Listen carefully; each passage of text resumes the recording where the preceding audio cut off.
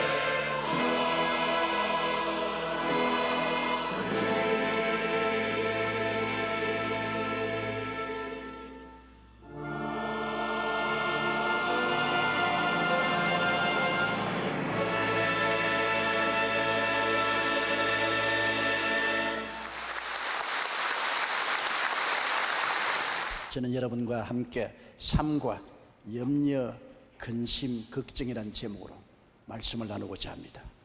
집이나 빌딩에 화재가 났을 때 그 불 자체보다도 더 무서운 것이 연기입니다. 대개 연기 때문에 질식하여 많은 희생자가 생겨납니다. 화재가 나면은 희생자가 생기는데 그 중에 60%가 일산화탄소 연기 때문에 질식하여 사망하는 것입니다.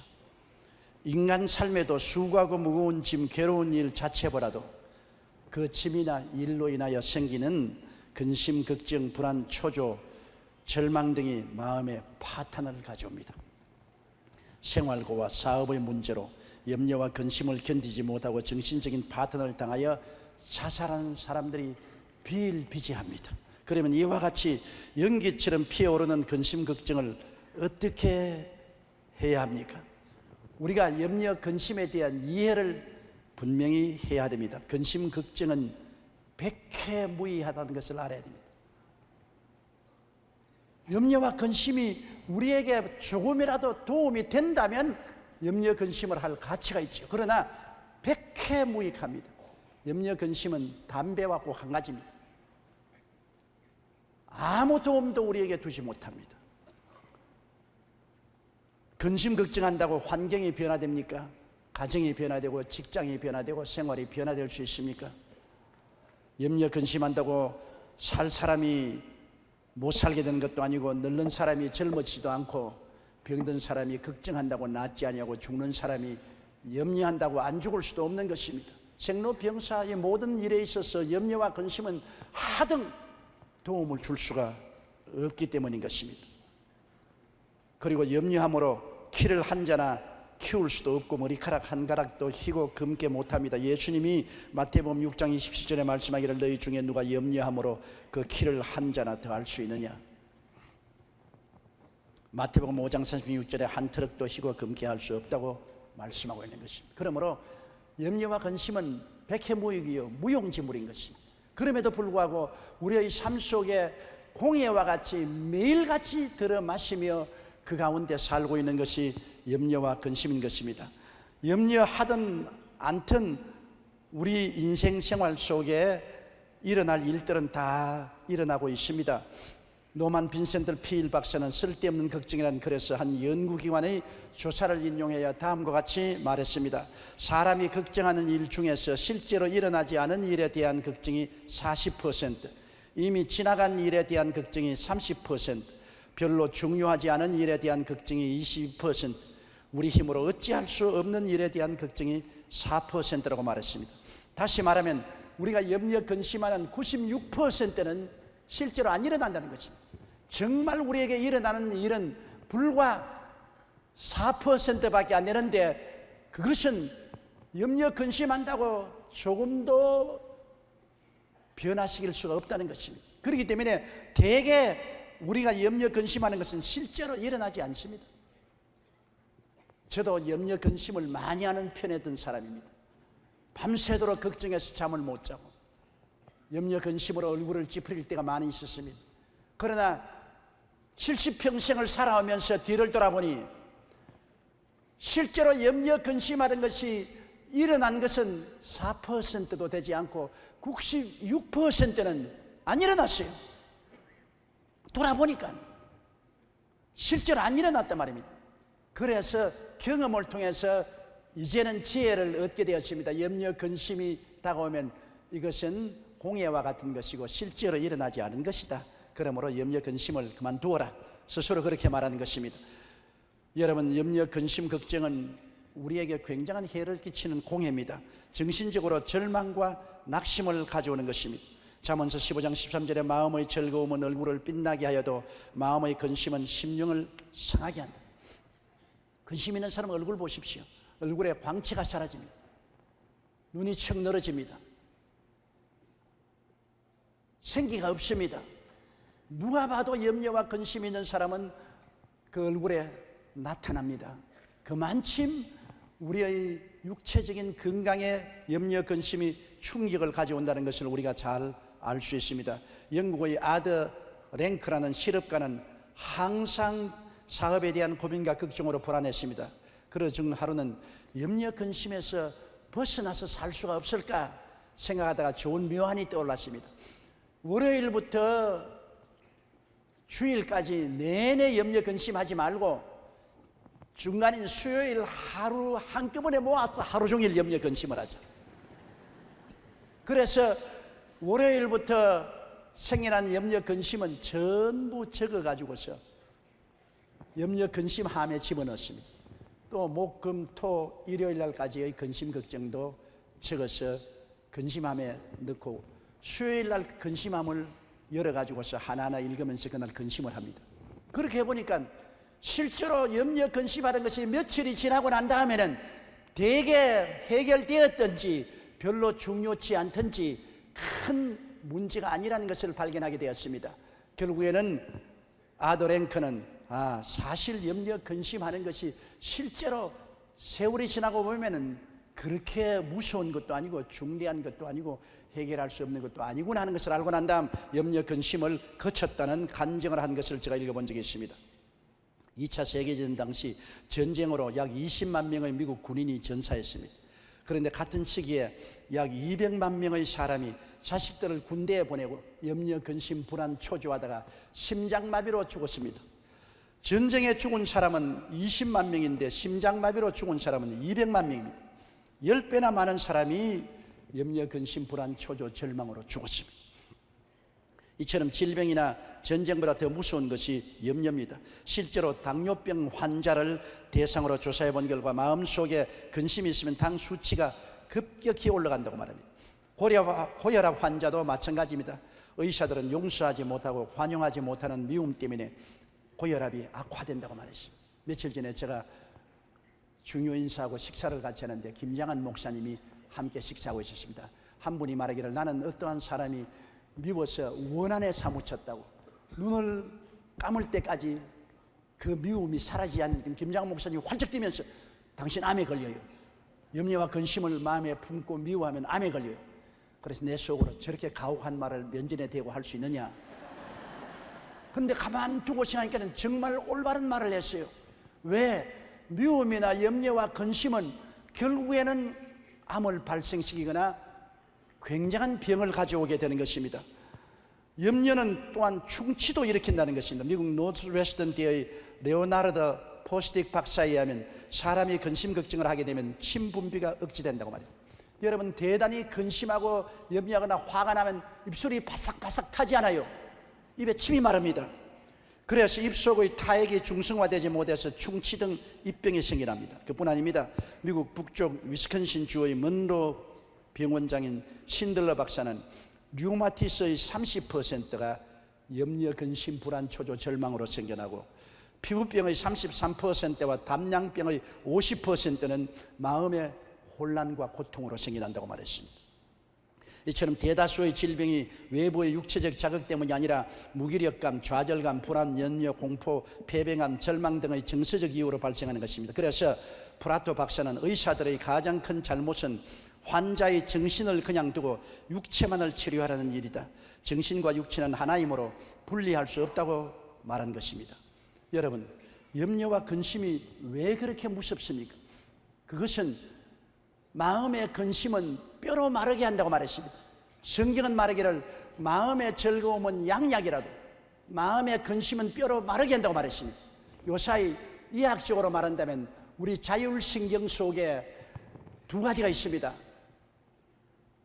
그것은 우리 모든 자율기관 속에 다 들어가 있습니다.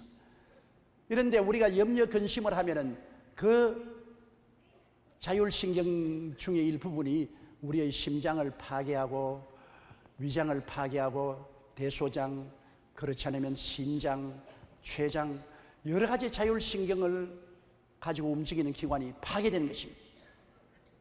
그러므로 염려와 근심은 우리의 속에 있는 신경을 자극하고 활성화해서 우리 스스로의 기관을 파괴하는 것입니다. 그것이 바로 교감신경이라고 말합니다. 우리가 염려, 근심, 불안, 초조, 절망을 하면 우리 속에 있는 교감신경을 활성화해서 교감신경은 우리를 파괴합니다. 그렇기 때문에 막 화를 내면 심장이 펄럭펄럭 뛰고 마음이 상하면 먹은 것이 소화가 안 되고 그리고 근심 걱정을 많이 하게 되면 소변이 샛노랗게 나오고, 이거 어찌할 수 없습니다. 교감신경을 작용해서 우리를 파괴하죠. 그러나 믿음, 소망, 사랑, 의, 평강, 희락을 가지고 편안하면 부교감신경을 자극해서 몸을 고치고 치료하고 건강하게 만들어주는 것입니다. 그러므로 성경 말씀은 벌써 수천 년 전에 오늘 과학이 발견한 사실을 분명히 말하고 있습니다. 마음의 즐거움은 양약이다. 마음의 즐거움은 부교감신경을 자극함으로 모든 우리의 속에 있는 기관을 살아나게 하고 건강하게 만든다. 마음의 근심은 뼈로 마르게 한다. 마음의 근심, 불안, 초조, 절망, 미워하면 교감신경을 활성화시켜서 뼈까지 마르게 만든다. 뼈가 마르니 간이 남겠습니까? 심장이 남겠습니까? 장, 소장, 신장이 견디내겠습니까? 그러므로 여러분께서 집에서 생활할 때나 부부간에 서로 의견 충돌이 오거나 자녀들과의 속상할 때도 조심해야 될 것이 있습니다. 내가 이렇게 화를 내고 불안하고 초조하고 염려하고 화를 내면 내 속에 있는 교감신경을 자극해서 심장을 파괴하고 간을 파괴하고 신장을 파괴하고 내 췌장을 파괴한다. 나만 손해난다. 나만 손해난다. 그러나 여러분이 마음의 평안을 가지고 사랑하고 인내하고 용서하고 자비심을 가지면 부교감신경을 활성화시켜서 몸이 건강해지고 치료해지고 좋아진다. 위장병도 낫고 심장 벌렁벌렁 뛰는 것도 낫고 샌도란 오줌 누는 것도 낫고 허리 통증 있는 것도 낫습니다. 나는 연세대학교 교수님이 말씀하는 이야기를 들었는데 한 사람이 화를 대단히 낼 때 입에다가 비닐을 떼고서 화를 낸 공기를 딱 가두어 가지고서 그거를 냉동해서 물로 만들어 가지고서 주사기에 넣어 가지고서 쥐에다가 주사를 해보니까 2분 내로 쥐가 죽어버리더랍니다. 화를 내면은 얼마나 무서운 독이 그 숨속에서 나왔어. 그걸 액화해서 쥐에 주사하니 쥐조차 죽더라. 이러므로 염려, 근심, 불안, 초조, 절망은 우리가 영적으로 암울하게 만들 뿐 아니라 정신적으로 어마어마한 스트레스를 가져오고 그 스트레스가 우리 육체적으로 교감신경에 작용해서 어마어마한 파괴를 심장, 위장, 대소장, 간장, 신장 온갖 곳에 가지고 와서 형언할 수 없는 병을 앓게 됩니다. 그렇기 때문에 오늘날 의사들은 말하기를 우리 육체의 질병의 60%는 우리 정신에서 온다고 말했습니다. 아까도 말씀드렸지만은 집에 불이 나면 60%의 사람들이 가스로 말미암아 질식하는 것처럼 오늘날 육신의 질병의 60% 이상이 마음에서 염려, 근심, 불안, 초조, 절망, 미움 이런 것에서 발생하는 것입니다. 그렇기 때문에 여러분 염려, 근심, 불안, 초조, 절망이 그냥 우리 육체의 파괴를 가져온다니까 그 말이 그렇지 실제로 그럴까 그렇게 생각하지 마시고 과학적으로 증명된 사실입니다. 여러분이 염려하고 불안하고 근심하고 초조하고 절망하고 미워하거든 내 속에 교감신경이 활성화되었다. 이제 그 신경이 모든 기관을 파괴한다. 용서, 사랑, 평안을 가지면 부교감신경을 활성화시켜서 내 몸이 젊어지고 치료해지고 좋아진다. 그렇게 스스로 알고 마음을 다스려야 되는 것입니다. 그러나 공해가 다가오는 것을 우리가 어떻게 합니까? 공해를 없애야 할 수가 있습니까? 바람이 불어오거나 비가 와서 공해를 없애주기 전에는 우리 힘으로 공해를 없앨 수가 없지 않습니까? 공해 속에 숨쉬고 살며 그 안에서 생활하고 있습니다. 염려, 근심이 오는데 이걸 극복하려니 우리 힘으로 안 되지 않아요? 자기 힘으로 염려, 근심, 불안, 초조, 절망, 미움을 극복할 수 있습니까? 좀처럼 안 되는 일입니다. 그러면 어떻게 할까요? 염려와 근심을 하면은 이것을 내가 하지 말고 맡길 분이 있어야 되는 것입니다. 염려 보따리를 맡겨버려요. 완전히 맡겨버려야 되는 것입니다. 그것도 쉽지는 않지만은 많은 사람이 염려 보따리를 맡긴다고 아침에 와서 열심히 기도하고 난 다음 갈 때 도로 다 주섬주섬 주워가지고서 도로 클러메고 가는 이것이 문제지만은 그러나 염려 근심을 맡길 때가 있어야 되는 것입니다. 그것이 신앙입니다. 신앙이 없이 염려 근심을 맡길 때는 없습니다. 신앙 없는 사람은 모든 것을 자기 힘으로 해결하려고 하기 때문에 염려 근심을 이기지 못하고 요사이 염려 근심으로 말미암아 고혈압, 심장병, 당뇨병, 관절염 같은 중병에 걸리고 생명까지 잃어버리고 마는 것입니다. 살인까지 하는 것입니다. 마르틴 루터는 종교개혁을 일으킨 이후에 늘 극도의 염려와 정신적인 고통을 당했습니다. 왜냐하면 일개 신부가 유럽을 장악하고 있는 교황청에 대결해서 종교개혁을 일으켰으니 어마어마한 압력을 받았던 것입니다. 그래서 그는 고통을 당하는데 하루는 우연히 먹이를 먹고 나무가지에서 편안하게 자고 있는 작은 새 한 마리를 보고 크게 깨달았습니다. 저 작은 새는 내일 아침 먹을 것에 대해서도 내일 밤 잠자리에 대해서도 아무 걱정이 없구나. 새조차도 하나님께 모든 것을 맡기고 아무 염려 없이 자고 있는데 왜 나는 그토록 많은 걱정을 했을까? 지금 작은 새 한 마리를 돌보신다면 하나님께서 당신의 자녀를 얼마나 아끼고 보호하시겠는가? 루터는 자신도 그 작은 새처럼 하나님을 믿고 모든 염려를 맡기기로 결심을 했습니다. 새도 하나님 믿고 무엇을 먹을까, 무엇을 입을까, 무엇을 마실까 염려하지 않고 저렇게 평안한데 새보다 귀한 내가 왜 염려, 근심, 불안, 초조를 할까? 그때 이후로 하나님께 모든 것을 맡기고 마르틴 루터는 용기와 힘을 얻어 교황청을 상대로 해서 싸워서 이기고 종교개혁을 가져올 수가 있었던 것입니다. 염려를 맡길 하나님이 계신데 그런데 또 사람들이 질문한 것이 있습니다. 정말 하나님이 염려 근심을 맡을 실력이 있는가? 실력도 없는 분에게 보따리 맡겨봤자 소용없지 않아요. 정말 하나님이 내 염려 근심을 해결할 수 있을까? 내 개인 문제, 가정 문제, 자녀 문제, 사업 문제 이런 문제를 맡긴다고 해서 하나님이 해결할 수 있을까? 이사야 40장 27절로 31절에 야곱아 내가 어찌하여 말하며 이스라엘아 내가 어찌하여 이르기를 내 사정은 야훼에게 숨겨졌으며 원통한 것은 내 하나님에게서 수리하심을 받지 못한다느냐?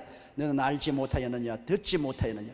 영원하신 하나님 야훼 땅끝까지 창조하신 자는 피곤치 아니하시며 곤비치 아니하시며 명철이 한이 없으시며 피곤한 자에게는 능력을 주시며 무능한 자에게는 힘을 더하시나니 소년이라도 피곤하며 곤비하며 장정이라도 넘어지며 자빠지되 오직 야훼를 앙망하는 자는 새 힘을 얻으리니 독수리의 날개침이 올라감 같을 것이요 다른 박질하여도 곤비치 아니겠고 걸어가도 피곤치 아니하리로다.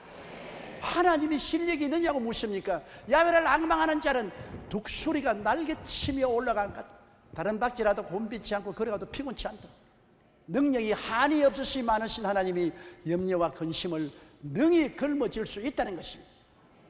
하나님이 그런 실력이 계시면 과연 하나님이 나 같은 사람을 알아주실까? 나는 벌레와 같은 인생인데 천천만만의 사람 가운데 하나님이 과연 나를 알아주실까? 하나님이 정말 나의 짐을 져주기를 기뻐하실까? 그런 질문한 사람이 있습니다. 마태복음 11장 28절로 30절에 수고하고 무거운 짐진 자들아 다 내게로 오라. 부자만 오라, 교육받은 사람만 오라, 잘난 사람만 오라, 건강한 사람만 오라, 그렇게 말하지 않았습니다. 수고하고 무거운 짐진 자들아 다 내게로 오라. 남녀 노유 빈부 귀천 알 것 없이 다 내게로 오라. 내가 너희를 쉬게 하리라. 주님이 직접 청하고 있어요. 우리가 짐을 져달라고 강구하는 것이 아니라 수고하고 무거운 짐진 자 다 내게로 오라고 하는데 주님은 얼마나 자원해서 우리의 짐을 져주시기를 원치 않습니까? 베드로전서 5장 7절에 너희 염려를 다 주께 맡겨버리라. 이는 제가 너희를 권고하심이라고 말하는 것입니다. 그렇기 때문에 우리는 하나님이 계시고 염려와 근심을 맡아서 해결할 수 있는 능력이 계신 분이 계시고 자원해서 그분이 우리에게 손을 내밀고 오라고 하시는데 우리 근심 걱정을 걸머쥘 필요가 있겠습니까? 찬송가 432장에 보면 너 근심 걱정 말아라 주 너를 지키리. 우리 한번 불러볼까요? 너 근심 걱정 말아라 주 너를 지키리. 주 날개 밑에 거하라 주 너를 지키리. 주 너를 지키리. 아무 때나 어디서나 주 너를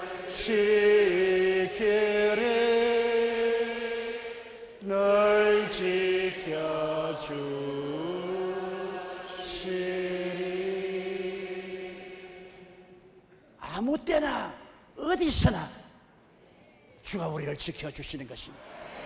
그러니 우리가 염려 근심을 맡길 하나님이 계시고 실력 있는 하나님이 계시고 자원해서 염려 근심을 가진 자가 다 내게로 오라고 하시니 우리의 생애 속에 다가온 염려 근심을 처리할 수가 있습니다.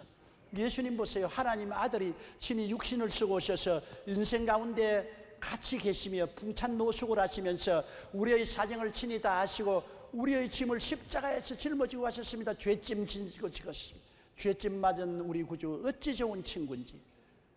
근심 걱정 모든 것을 다 맡길 수 있잖아요. 세상과 마귀의 짐을 다 짊어지시고 질병과 고통의 짐도 짊어지시고 저주와 가난의 짐도 짊어지시고 심지어 죽음과 영원한 멸망의 짐도 짊어지셨습니다. 죄짐 맡은 우리 구주 어찌 좋은 친구가 아닙니까? 죄짐 맡은 우리 구주 어찌 좋은 친구인지 걱정 근심 모든 것을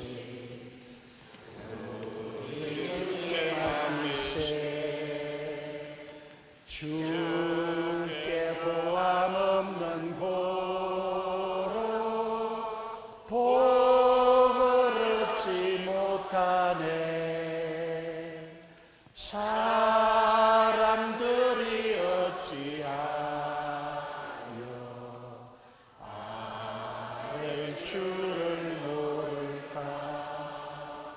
여러분 우리 주 예수님이 이렇게 절친한 친구로서 우리와 같이 있지 않습니까? 이사야 53장 4절에 그는 실로 우리의 질고를 지고 우리의 슬픔을 당했다고 말했습니다. 시편 68편 19절에 날마다 우리 짐을 지시는 주 곧 우리 구원이신 하나님을 찬송할지라고 말했습니다.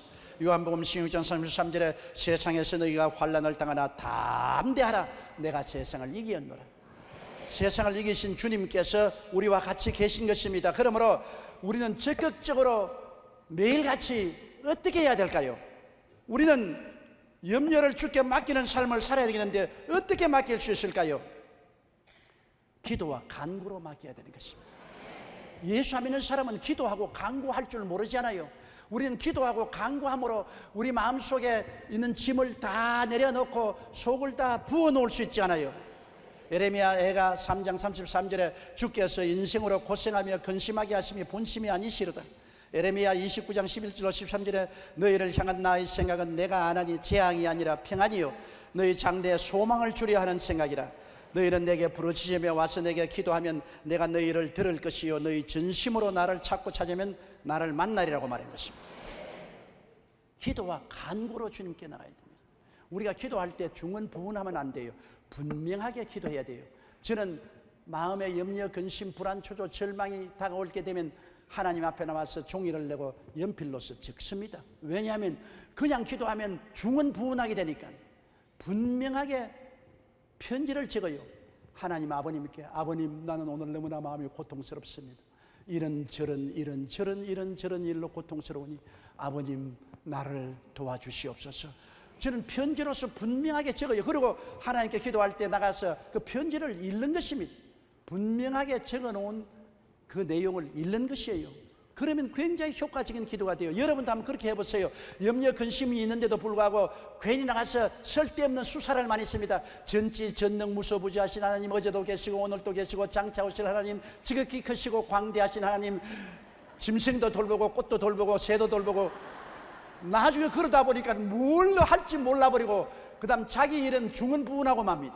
그러지 말고 편지를 쓰세요. 하나님 앞에 연필과 종이를 가지고 나와서 아버지 하나님께 오늘 아버지 하나님 너무나 고통스럽고 괴로워서 아버님께 호소합니다. 그렇게 편지를 쓰고 그 편지를 자꾸 놓고 읽는 거예요. 나는 수십 번 수백 번을 내가 적은 기도를 읽습니다. 분명한 내용으로 그렇게 하면 하나님께 내 마음의 짐을 맡길 수가 있어요. 시편 55편 22절에 내 짐을 야훼께 맡겨버리라. 너를 붙드시고 의인의 요동함을 영역지 허락하지 아니하시리라고 말했습니다. 그리고 우리가 횡설수설하지 않고 간단한 기도를 하더라도 하나님이 우리의 기도를 분명하게 들어주십니다. 영국의 감리교 창신자였던 요한 웨슬레는 늘 하나님을 의지하고 살았던 사람인데, 그는 문제가 있을 때마다 하나님께 단순하게 기도했던 것으로 유명합니다. 생전에 그가 썼던 일기를 보면 잘 알 수 있습니다. 오늘 제가 그 중 일부를 읽어드리겠습니다. 4월 24일 목요일, 우리는 볼턴에서 뉴웰 하이까지 8마일을 말을 타고 달렸는데 거의 4시간이나 걸렸다. 내가 설교를 막 시작했을 때 햇빛이 내 옆머리에 어찌나 뜨겁게 비치든지 설교할 수 없을 것 같았다. 그래서 나는 하나님을 향해 구름으로 해를 가려 주시옵소서 그렇게 기도했다. 잠시 후에 구름이 와서 해를 가려서 설교 끝날 때까지 그늘 속에서 설교할 수 있었다. 간단한 기도입니다. 하나님, 구름을 보내어서 해를 가리워 주시옵소서. 분명하고 간단한 기도 아닙니까? 4월 25일 금요일 나는 10시경에 티드몰텐 근처에서 설교했다. 오후 3시경에는 헵튼 스토어에 가서 산등성이에서 설교했다. 그런데 설교를 시작하자마자 비가 내리기 시작했다. 나는 하나님께, 하나님, 설교를 마칠 때까지 비를 멈추어 주시옵소서 기도했는데 실제로 비가 멎어서 내가 설교를 끝마칠 때까지 비가 오지 않다가 설교를 끝마치고 나니까 비가 쏟아지기 시작했다. 단순한 기도입니다. 저도 시베리아에서 구소련 지역에 가서 복음을 전달할 때 얼마나 뜨겁든지 햇빛이 비추어서 도저히 설교할 수 없어요. 그래서 제가 강단에 앉아서 기도했습니다. 하나님, 구름을 보내어서 해를 가리워 주옵소서. 구름을 보내어서 해를 가리워 주십시오. 그래서 강단에서 설교하려니까 손바닥만한 구름이 오더니만 해를 딱 가리어서 내내 해를 따라가요. 구름이 설교를 끝마칠 때까지 구름이 가려주는 체험을 한 적이 있습니다. 기도의 내용이 장엄하고 거룩하고 복잡해야 하나님이 들으시는 것이 아닙니다. 단순하고 간단 명료하게 여러분이 거듭거듭 기도하여 하나님이 응답하도록 하시기 바랍니다. 단순한 기도가 여러분 능력 있는 기도가 되는 것입니다. 우리가 주님께 기도할 때 복잡한 기도는 신경을 많이 쓰잖아요. 단순한 기도는 반복할 수 있잖아요. 누가복음 18장에 불의한 재판관에게 나가서 부르짖는 과부의 기도는 너무나 단순했습니다. 내 원수에 대한 원한을 갚아주소서. 내 원수에 대한 원한을 갚아주소서. 계속 반복했습니다. 그 반복이 효과를 발생해서 나중에 그 재판관이 응답했지 않습니까? 그리고 우리가 기도할 때 정열적인 간구를 해야 됩니다. 간절히 마음에서 끓어오르는 열정을 가지고 기도해야 돼요. 머릿속에서 나온 차디찬 기도가 아니라 마음의 뜨거운 소원을 가지고 하는 간절한 기도가 되어야 되는 것입니다. 에레미야서 33장 3절에도 너는 내게 부르짖어라. 내가 내게 응답하겠고 내가 알지 못하는 크고 비밀한 일을 내게 보이리라. 부르짖는다는 것은 속에 안타까움이 있고 하소연이 있어서 부르짖지요. 안타까움이 없는 데는 왜 부르짖습니까? 그냥 조용하게 말하지요. 시편 142편 1절에도 내가 소리내어 야훼께 부르짖으며 소리내어 야훼께 간구하는, 소리를 낼 점 되면은 마음에 안타까움과 간절한 소원이 있기 때문인 것입니다. 주님은 뜨거운 열정으로 기도할 때 귀를 기울이시는 것입니다. 사무엘상 1장 10절에 한나가 마음이 괴로워서 야훼께 기도하고 통곡했다. 마음이 괴로운데 통곡 안 할 수가 있어요? 울부짖지 않을 수가 있겠어요? 그러한 열정적인 간구가 효과를 발생합니다. 저는 이전에 뇌성마비 아들을 놓고 부르짖어 기도해 응답받았던 한 성도님의 간증을 들었습니다. 그분이 내게 와서 이런 간증을 했어요. 이 성도님은 해산하는 날을 얼마 남겨두지 않고 양수가 먼저 터지는 바람에 서둘러 병원에 가서 흡입분만기로 머리를 기계로서 잡아 당겨서 이런 얘기를 나왔어요. 나왔을 때는 괜찮은 줄 알았는데 기계가 머리를 너무 쪼아서 뇌에 상처를 입어서 뇌성마비가 걸렸습니다. 다른 애들은 다 잘 자랐는데 얘는 뇌성마비가 걸려서 3살이 되어도 꼼짝도 못하고 드러누워있는 전신마비 환자가 되었습니다. 그 어머니 아버지가 너무나 고통스럽고 괴로워서 불안해하여 있는데 전도를 받아서 우리 교회에 나왔습니다.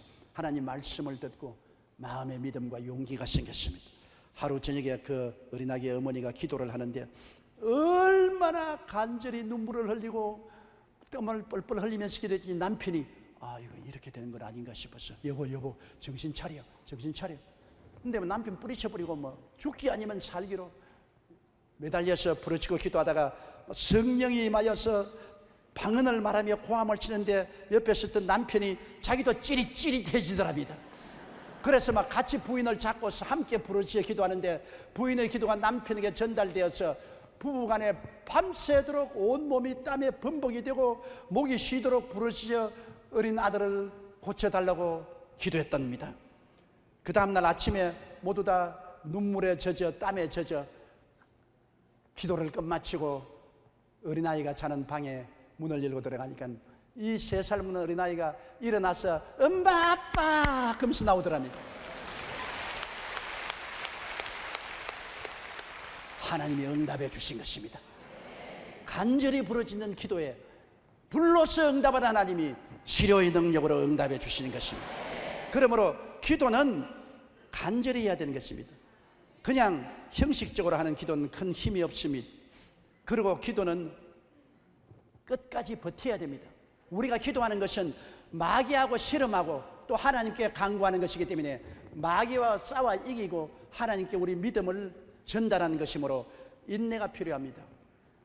지금은 우리가 다 가스를 사용하고 기름을 떼기 때문에 나무를 떼지 않지 않아요. 우리 어릴 때는 나무로서 밥도 짓고 군불도 떼는데요. 그러므로 학교 갔다 오면은 나무하러 갈 때가 많습니다. 그때는 보통 나무를 베면 일본 순사에게 잡혀가요. 이미 나무를 베고 난 다음에 있는 나무 둥거리를 파서 그 뿌리채 뽑는 것입니다. 참 그거 힘들어요.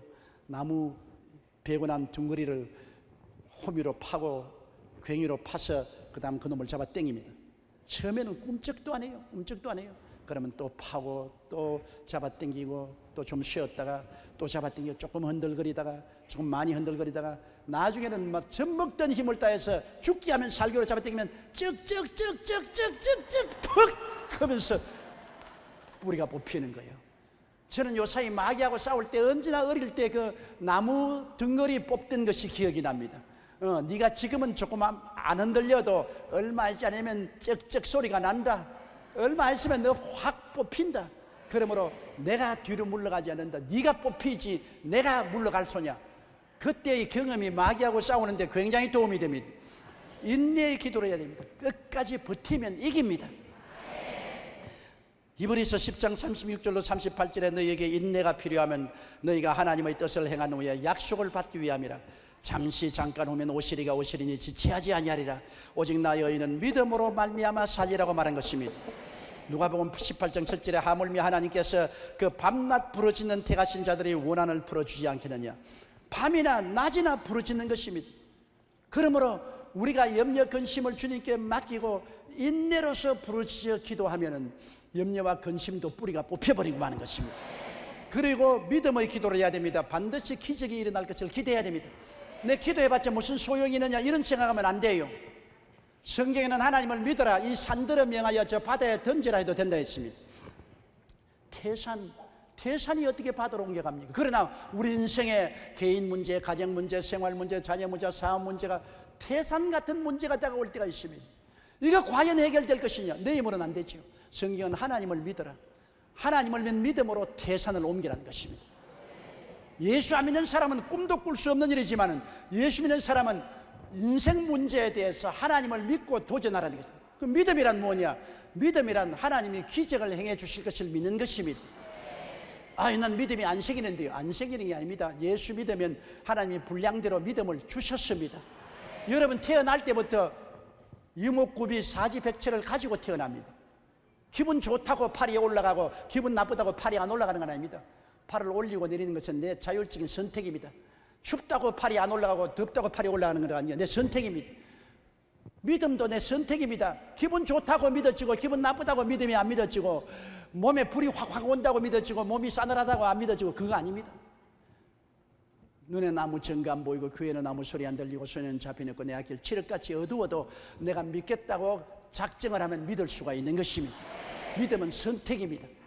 그러므로 우리가 어마어마한 태산 같은 어려운 문제가 닥쳐왔을지라도 태산을 바라보지 말고 하나님을 바라보고 주여 기적이 일어날 줄 믿습니다로 기도해야 되는 것입니다. 저 하늘이 무너지고 이 땅이 꺼져도 주의 말씀은 변함이 없습니다. 주의 말씀이 어디 있나요? 이 성경에 있습니다. 하늘이 바로 성경 속에 있습니다. 이 성경 말씀에 있는 말씀에 내가 믿기로 작정을 하고 마음을 결심을 하고 나가면 결국 태산이 물러가지 내가 물러가지 않습니다. 이렇기 때문에 우리가 기적을 기대하고 믿음으로 기도해야 됩니다. 마가복음 11장 24절에 무엇인지 기도하고 구한 것은 받은 줄로 믿어라. 그리하면 그대로 되리라고 말했습니다. 염려란 작은 불씨와 같아서 빨리 꺼지지 아니하면 온 집을 불태웁니다. 적은 불씨, 그거 뭐냐? 담뱃불, 성냥가지 하나 붙는 불, 이게 무엇이냐? 그러나 내버려 두면 그게 온 집을 다 태우는 거죠. 염려, 근심, 마음에 조그만치 생기는 것, 이게 뭐냐? 그거 내버려 두면 온 몸을 망가쳐버리는 것입니다. 염려는 개인의 마음을 황폐하게 하고 생활에서 기쁨과 활력을 빼앗아가며 삶의 분위기를 망쳐놓고 많은 사람들을 불행하게 만듭니다. 빌립보 4장 4절로 7절에 보면 주 안에서 항상 기뻐하라. 내가 다시 말하노니 기뻐하라. 너희 관용을 모든 사람에게 알게 하라. 주께서 가까우시니라. 명령입니다. 기쁨이 생길 때 기뻐하라는 말 안 했어요. 주 안에서 항상 기뻐하라. 내가 다시 말하노니 기뻐하라는 명령입니다.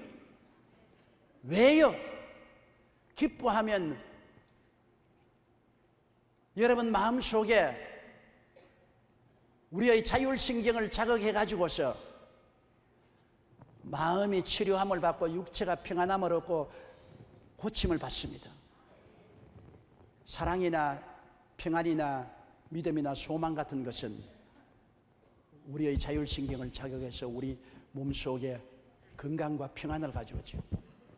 그러나 염려, 근심, 불안, 초조, 절망 이러한 것은 또다시 자율신경을 자극해서 파괴를 가져오죠. 그렇기 때문에 성경은 주님께서 명령을 해서 기뻐하라 했습니다. 기쁨은 하나님께도 영광이 되거니와 우리 마음의 평안을 가져오고 육체의 건강을 가져오는 것입니다. 마음의 즐거움은 양약입니다. 우리 몸속에 약공장을 가동시키는 것입니다. 아무것도 염려하지 말고 모든 일에 기도와 간구로 너희 구할 것을 감사함으로 하나님께 아뢰라. 아무것도 염려하지 마라. 개인, 가정, 생활, 자녀, 사업 무엇이든지 아무것도 염려하지 마라. 하나님께 나와서 맡길 하나님이 계시고 능력 있는 하나님이 계시고 맡아주시기를 원하시는 하나님이 계시니 분명하게 간단 명료하게 그리고 뜨거운 열심과 열정으로 믿음으로 하나님께 기도하고 맡겨라. 그리하면 모든 지각에 뛰어난 하나님의 평강이 그리스도 예수 안에서 너희 마음과 생각을 지키시리라. 그러면 평화가 임하여서 하나님이 우리 짐을 다 맡으시고 평안을 주심으로 생각도 평안하고 마음도 평안하게 되는 것입니다. 여러분, 우리가 염려, 근심, 불안, 초조, 절망, 미움 같은 것을 안고 살아가는 것은 영적인 파괴요, 심령의 파괴요, 그리고 우리 육체가 망가집니다. 밤새도록 근심 걱정한 사람은 아침에 머리가 하얗게 되는 것입니다. 여러분이 흥분하고 분노하면 심장이 덜렁덜렁 뛰지 않아요. 심장에 파괴가 당하는 것입니다. 마음의 고통을 가면 오줌이 노랗습니다. 그래서 신장에 고통이 다가오는 것입니다. 이러므로 우리 영혼이 잘 되고 범사에 잘 되며 강건하고 생명을 얻되 넘치게 얻기 위해서 제일 중요한 것이 우리 삶의 공해인 염려, 근심, 불안, 초조, 절망을 제하여야 되는 것입니다. 이것을 아무것도 아닌 것으로 그대로 내버려 놓으면 안 되는 것입니다. 여러분, 온 집을 태우는 불씨가 되는 것입니다. 우리는 하나님이 계시기 때문에 기도와 믿음으로 항상 염려, 근심, 불안, 초조, 절망 이것을 제하여 버리고 마음속에 평강과 희락으로 충만하게 채우고 살 때 영도, 마음도, 몸도, 생활도 건강하고 행복하게 되는 것입니다. 다 같이 고개 숙여 기도드리겠습니다. 전능하시고 거룩하신 아버지 하나님, 우리는 이 세상에 태어날 때부터 염려와 근심, 불안, 초조, 절망의 공해 속에서 태어나고 그 속에서 살면서 마음도 찌들어지고 몸도 병들고 생활도 불행으로 꽉 들어차서 살아왔습니다. 염려, 근심, 불안, 초조, 절망, 미움 같은 것을 우리 힘으로 해결할 수 없습니다. 그러나 이제 예수님이 오셔서 우리에게 하나님을 알려주셨을 것을 감사합니다. 하나님이 이 짐을 맡아주시기를 원하시고 맡으실 능력이 있고 십자가에서 맡아주셨으므로 우리 예수님께 나와서 모든 것을 알게 도와주시옵소서. 의지하게 도와주시고 우리 속을 다 틀어버리게 도와주시옵소서. 짐을 맡기고 일을 맡기고 마음의 평안함을 갖고 살게 도와주시옵소서. 영육간에 평안하고 건강하고 행복과 삶의 영광으로 충만한 삶을 살게 도와주시옵소서. 예수님 이름으로 기도드리옵나이다. 아멘. 잠시 동안 고개 숙이기 바랍니다.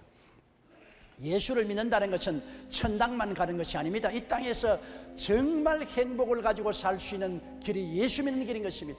예수님을 통해야 아버지께 수고하고 무거운 짐을 다 맡기고 염려, 근심, 불안, 초조, 절망을 맡기고 살 수가 있는 것입니다.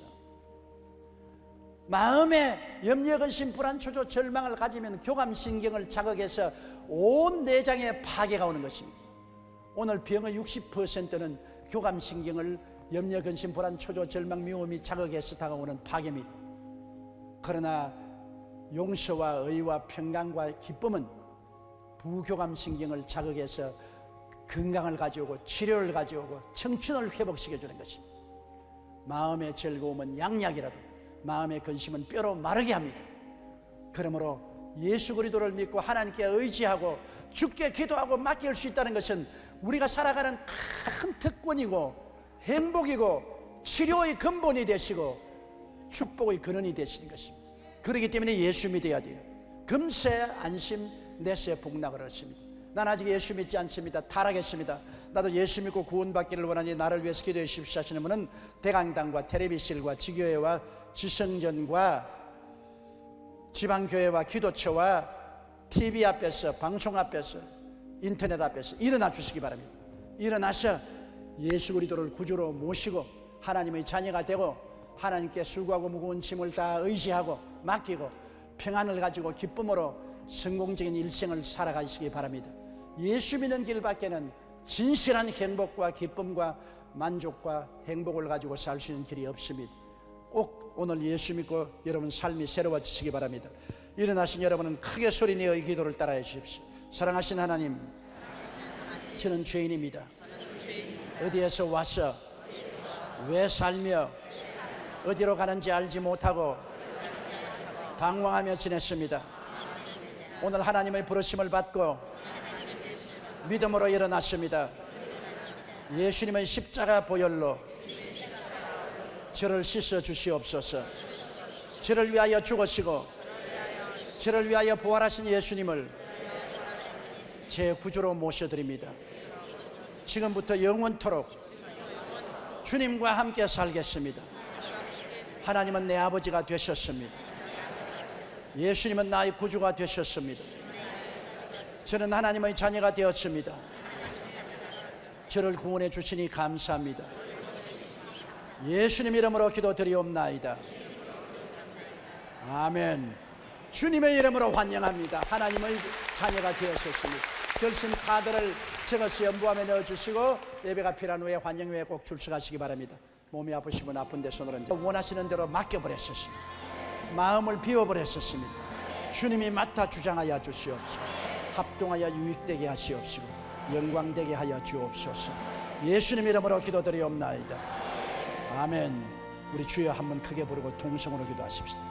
주여, 사랑이 많으신 우리 아버지 하나님이시여, 하나님의 은총을 감사합니다. 전능하신 아버지여, 주의 자비와 긍휼을 감사합니다. 나의 거룩하신 우리 아버지 하나님의 은총과 사랑을 무엇으로 다 감사하오리까. 야훼 하나님이여, 아버지께 개인 가정생활 자녀 사업 과거와 현재와 미래를 다 맡겨버립니다. 저희 속을 다 텅텅 비워버립니다. 주님께 모든 짐을 다 풀어놓습니다. 우리 아버지가 맡아주심을 감사합니다. 우리의 짐을 지시고 우리의 일을 행하시는 하나님 감사합니다. 야훼 하나님을 찬송하고 감사합니다. 오 나의 목자 되신 하나님 아버지, 저는 양으로서 주님을 복종하고 믿고 의지하고 순종할 따름입니다. 주 목자 되신 하나님이 붙들어 주시고 은혜를 베풀어 주시옵소서. 하나님 아버지여 감사하고 예수님 이름으로 기도합니다. 아멘.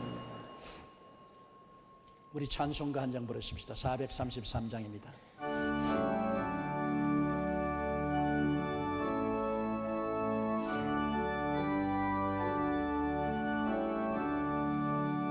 눈을 들어 산을 보니 도움 어디서 오나 천지지 나를 도와주시네. 아멘. 너의 발이 실족지 않게 주가 깨어 지키며 택한 백성 항상 지켜 길이 보하시네. 도우시는 하나님이 내게 그늘 되시니 낮의 해와 밤의 달이 너를 참지 않겠네. 내게 화를 주지 않고 오늘 보하시며 너의 주리 지금부터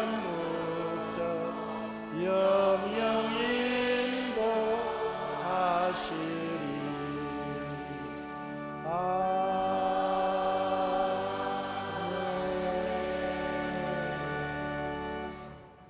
옆에 계신 분들에게 걱정, 근심 맡기고 삽시다. 인사해주십시오. 지금은 우리 주 예수 그리스도의 무한하신 은혜와 아버지 하나님의 영원하신 사랑과 보혜사 성령님 함께 계시고 내주하시고 충만하시고 인도하시니 성회에 출석한 성도 개인 가정 생활 자녀 위에 항상 함께 계실지어다. 아멘.